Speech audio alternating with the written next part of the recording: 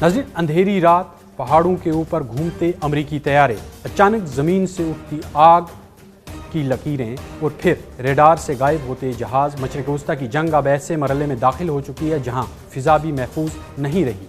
मैं हूं इरफान रैना और आप देख रहे हैं न्यूज़ 18 का डिजिटल प्लेटफॉर्म। नाज़रीन, जैसा कि आप जानते हैं कि मिडल ईस्ट के अंदर बहुत बड़ी जंग का आगाज़ हो चुका है। ईरान और अमेरिका के दरमियान जारी जंग में एक नई और ख़तरनाक अपडेट सामने आई है। ईरान ने दावा किया है कि उसने जनूबी इस्फहान के इलाके में एक नहीं बल्कि 2 अमेरिकी C-130 स्पोर्ट तैयारे और 2 ब्लैक हॉक हेलीकॉप्टर मार गिराए। ईरानी फ़ौज और Islamic revolutionary guard core IRGC जिसे हम कहते हैं, उनके मुताबिक ये तमाम तैयारे एक इंतहाई हसास रेस्क्यू मिशन पर थे। दरअसल चंद रोज़ कबल ईरान ने एक अमेरिकी F-15 लड़ाका तैयारा मार गिराया था, जिसके बाद अमेरिका ने अपने फंसे हुए पायलट को निकालने के लिए एक बड़ा ऑपरेशन शुरू किया। यही वो लम्हा था जब ईरान ने घात लगाकर हमला किया। ईरानी दावे के मुताबिक जैसे ही तैयारा C-130 जो ये तैयारा था अमेरिकी हेलीकॉप्टर रेस्क्यू मिशन में दाखिल हुए, उन्हें ज़मीन से फायरिंग और एयर डिफेंस सिस्टम्स के ज़रिए निशाना बनाया गया। लेकिन यहाँ कहानी में सबसे बड़ा ट्विस्ट है। अमेरिका ने अब तक C-130 तैयारे के गिराए जाने की तस्दीक नहीं की, जबकि इसने ये ज़रूर माना है कि उसके कुछ हेलीकॉप्टर्स को नुकसान पहुंचा है और रेस्क्यू मिशन के दौरान शदीद फायरिंग का सामना भी करना पड़ा। यानी कि एक तरफ ईरान फातह का ऐलान कर रहा है और दूसरी तरफ अमेरिका खामोशी इख्तियार किए हुए है। दिफाई माहिरीन के मुताबिक अगर C-130 हरक्यूलिस जैसे भारी फौजी तैयारे को निशाना बनाया गया है तो ये जंग का एक बड़ा जो टर्निंग पॉइंट साबित हो सकता है। ये तैयारा सिर्फ ट्रांसपोर्ट नहीं बल्कि जंग के दौरान ईंधन, फौज और असलाह और रेस्क्यू ऑपरेशंस की रीढ़ की हड्डी माना जाता है। इसी दौरान ये भी रिपोर्ट्स आ रही हैं कि इस पूरे ऑपरेशन में मुतअद्दा अमरीकी तैयारे ईरान के अंदर दाखिल हुए थे और कई इलाके जिसमें इस्फहान है, खगोलिया है और दीगर पहाड़ी इलाकों में सर्च ऑपरेशन जो है वो जारी रहा। ईरान ने सिर्फ अमरीकी तैयारे ही नहीं बल्कि एक अमरीकी MQ-9 ड्रोन और इजरायली ड्रोन को मार गिराने का भी दावा किया है, जिससे साफ जाहिर होता है कि अब जंग मुकम्मल तौर पर मल्टी लेयर एयर वॉर में तब्दील हो चुकी है। इस पूरी सूरत हाल का सबसे ख़तरनाक पहलू ये है कि ये जंग जो है ये सिर्फ मिसाइलों या शहरों तक महदूद नहीं रही है बल्कि रेस्क्यू मिशंस भी अब महफूज नहीं रहे हैं। यानी अगर कोई तैयारा गिर भी जाए तो उसे जो बचाने वाली जो टीम होती है उसे भी निशाना बनाया जाएगा। ईरान ने साफ कर दिया है कि अब वो किसी भी हद तक जाएगा, अमेरिका को नुकसान पहुंचाने या इजराइल को नुकसान पहुंचाने से बिल्कुल भी नहीं हिचकिचाएगा। जिस तरह से इजराइल और अमेरिका की जो हिकमत अमली ईरान को लेकर है या जिस तरह से वो मिडिल ईस्ट में अपने मफादात के लिए मिडिल ईस्ट को इस्तेमाल कर रहा है और ईरान की तबाही के लिए ईरान के ऊपर जो बमबारी कर रहा है वो उसमें वो सिविलियन इलाकों को भी निशाना बना रहा है। अब जो ईरान की जो IRGC है उसने साफ कर दिया है कि वो अब अमेरिका को किसी भी सिमत में वो बख्शेंगे नहीं।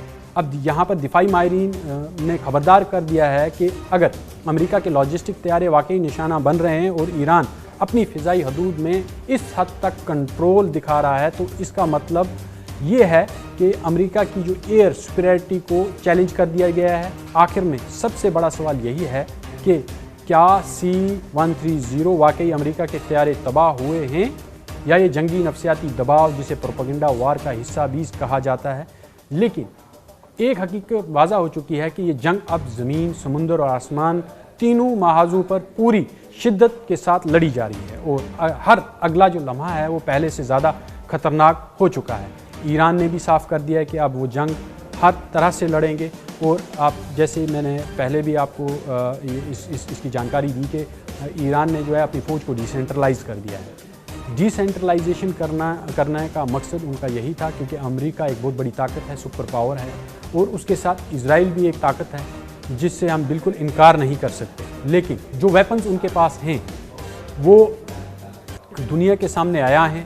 जिस तरह का डिफेंस सिस्टम, चाहे वो पैट्रियट डिफेंस सिस्टम है, डेविड स्लिंग है या दीगर जितने भी डिफेंस सिस्टम्स हैं अमेरिका के या आयरन डोम है इजराइल का, ये डिफेंस सिस्टम्स जो हैं ये एक रीढ़ की हड्डी माने जाते हैं इन ममालिक की। और इन्होंने जिस तरह से इनको डिप्लॉय किया था और उनको चैलेंज करना ईरान के लिए एक बहुत बड़ा एक ये मिशन था और उन्होंने इस चैलेंज को एक्सेप्ट किया और इनकी तमाम बैटरीज़ को एक हिकमत अमली के तहत खाली कर दिया। और उसके बाद ईरान के मिसाइलों को रोक पाना अमेरिका और इजराइल के लिए एक बहुत बड़ा चैलेंज बन गया, जिसका खामियाजा इजराइल ने अभी भी भुगत रहा है और अमेरिका ने भुगता। मिडिल ईस्ट में तमाम तनसीबात जो हैं अमेरिका की वो तबाह हो चुकी हैं।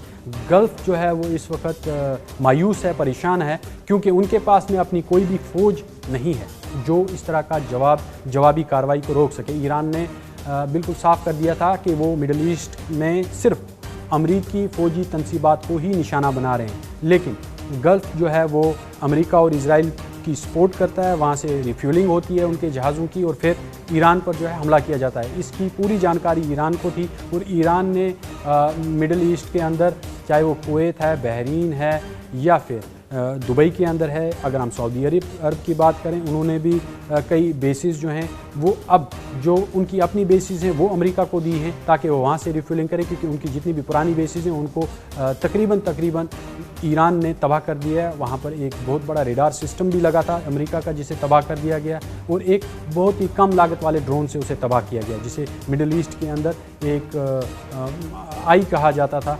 वो तमाम तरह की जो हिफाजती हिकमत अमली का एक बहुत बड़ा जुज़ था, हिस्सा था, जबकि उसे ईरान ने एक छोटे से मौलिक ड्रोन से, क्योंकि उनके पास में चाहे वो चीन है या रूस है, दोनों तरफ से उन इंटेलिजेंस जो है वो शेयर की जा रही हैं।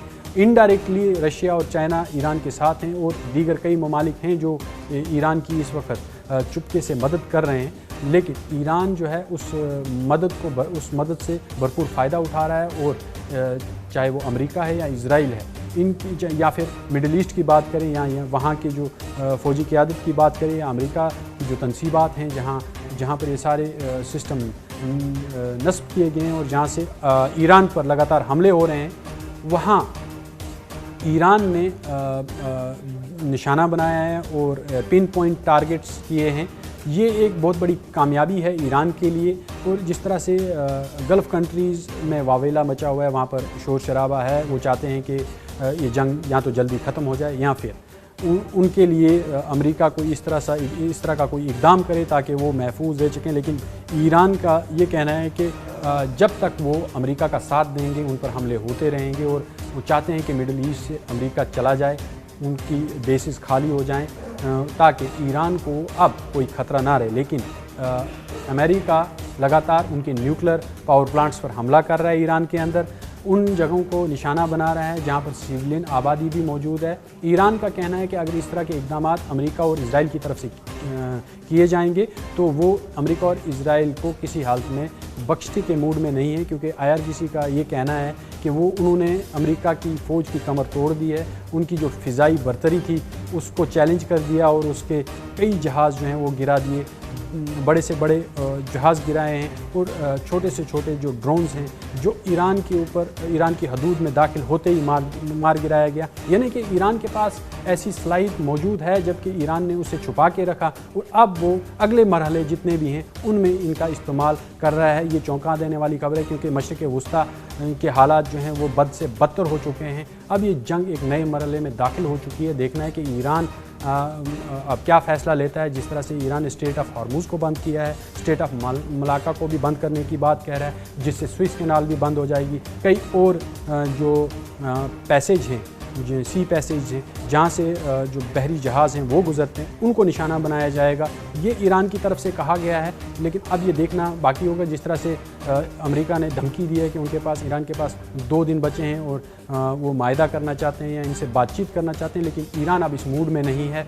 वो जान चुका है कि अब अमेरिका जो है वो टाइम गेन करने की कोशिश करेगा ताकि वो अपनी बैटरीज़ को रीफ़िल करे और फिर उसके बाद ईरान को एक बहुत बड़ा जो हमला है वो फेस करना पड़ जाए। इससे पहले ईरान इससे मुतहरक हो चुका है और वो लगातार अपने जो मिशंस हैं उनको वो अवेल कर रहा है और मिशंस को पूरा करने की कोशिश कर रहा है और जितनी भी इनपुट्स हैं उन्हें जो मौसूल हो रही हैं उनको निशाना बना रहा है। अब ये देखना है कि अगला जो मरहला है इस जंग का ये कितना भयानक होता जाता है। क्या ये दुनिया में अब फैलेगा जिस तरह से इसमें कंट्रीज़ इन्वॉल्व होती जा रही हैं, जिस तरह से जो ये बारूद की बू जो है वो फैलती जा रही है, अब ये देखना बाकी होगा कि ईरान क्या फ़ैसला करता है, क्योंकि अमेरिका पहले ही कई फ़ैसले कर चुका है जिसका खामियाजा अब उसे भुगतना पड़ रहा है।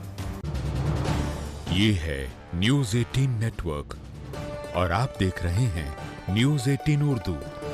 हमारी पहुंच, आपकी ताकत।